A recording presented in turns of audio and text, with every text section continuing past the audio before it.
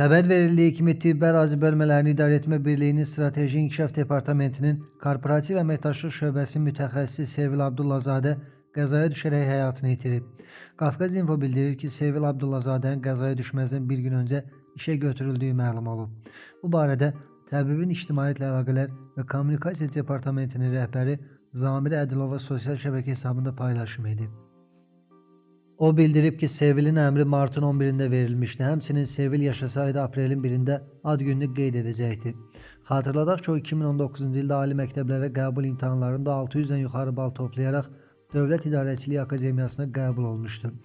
Qeyd edək ki, hadisə martın 12-sində 22:30-da Günəşlidə baş verib. Qəza zamanı 2 nəfər xəsarət alıb, 1 nəfər isə vəfat edib.